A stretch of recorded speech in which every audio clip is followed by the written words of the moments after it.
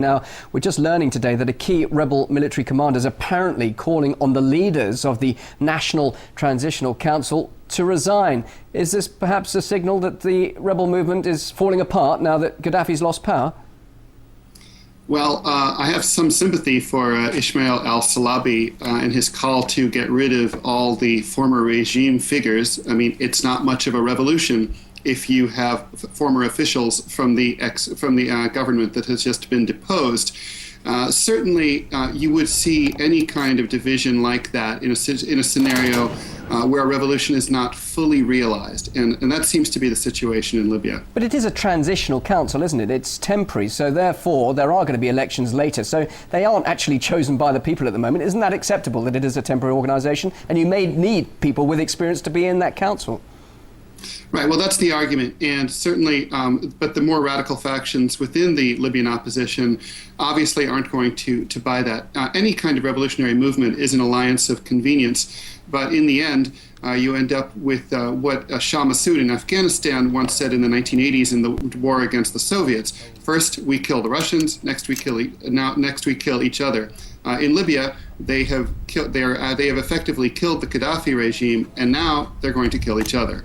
Well, that brings me on to my next point. We see thousands of armed rebels on Tripoli streets at the moment, but the leaders of the NTC are yet to move their HQ there. Do you think there really is then a danger of a power vacuum in the capital and we could see disorder there? Well, of course, there's always that danger in a situation like this. But I do think that there is an awareness on the part of the National Transitional Council as well as NATO that they don't want a repeat of what happened in Baghdad, where the Americans failed to provide basic security. If you don't have law and order, you really don't have much of anything at all, and democracy and freedom don't have a chance of taking root, as we've seen in Iraq. Let's talk about the oil controversy at the moment. The rebels are said to be providing countries like France and Italy with lucrative oil contracts. This is fair payback, isn't it, for NATO's help in getting rid of Gaddafi? Well, it's certainly the way that the world works. Whether it's fair is another question entirely. I guess if I were a Libyan citizen, I would want the deals to go to the highest bidder, and I would want it to be as transparent as possible. But that's probably unrealistic at this point. What's a little unseemly is how quickly these deals are being made.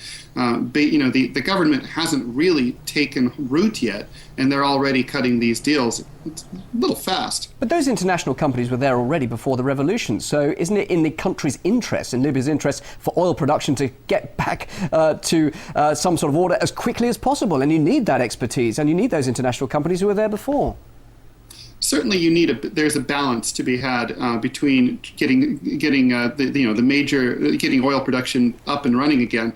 But there's also the other issue to be weighed is, this is a new government. They should try to cut the best possible deal for their people. It doesn't seem that that's really on the table. Ted, can we talk about Syria now? Don't those deadly crackdowns on demonstrators that are being reported at the moment, doesn't that situation there warrant some sort of international action? Well, it does if you buy the U.S. and NATO's idea that every time there's a situation like Libya, or that there should be some kind of international intervention. But very clearly, that's not how things work, as we saw back in the 1990s in Rwanda. There's a whole geopolitical mix that comes into play, and if Syria were deemed to be a good candidate for the U.S. or Europe to dominate, then I would say that Assad would be on the ropes. But I don't think it's going to happen. All the signals are that the United States is overextended and that the Europeans don't have any interest in this. So I would say if I were Mr. Assad, I would sleep well tonight. You say the US is overextended. Now, you're there, of course, in the country. As a satirist, of course, there is one point of view that you've probably raised a few times, that the US economy, which of course is in trouble at the moment, has relied on the military-industrial machine for years. So you could say that it has to keep getting involved in conflicts to keep that cash lifeline. Despite you saying it's overextended, and we know the economy is in a bad way, could, though, we see another target appearing? Well, there's such a paradox. On the one hand, the cliche is that militarism stimulates the economy. However, it also tends to run down an empire.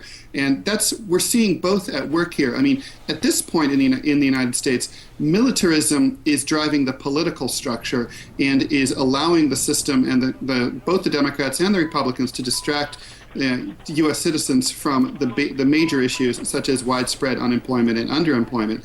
But the real economic boost that you saw, for instance, from World War II just isn't here because we're not on a total war footing. Most of the gains go to contractors, and so it's definitely a paradox. That said, so the real question is, what's going to win out here in terms of future targets? The desire to keep the people distracted, or the desire for, or the desire to work on the economy. I would say the balance still tips towards more militarism because the system still doesn't really take the economic problems very seriously. Really interesting to hear your thoughts. Ted Rowell, live there in San Francisco. Thanks for your time here on RT. Thank you.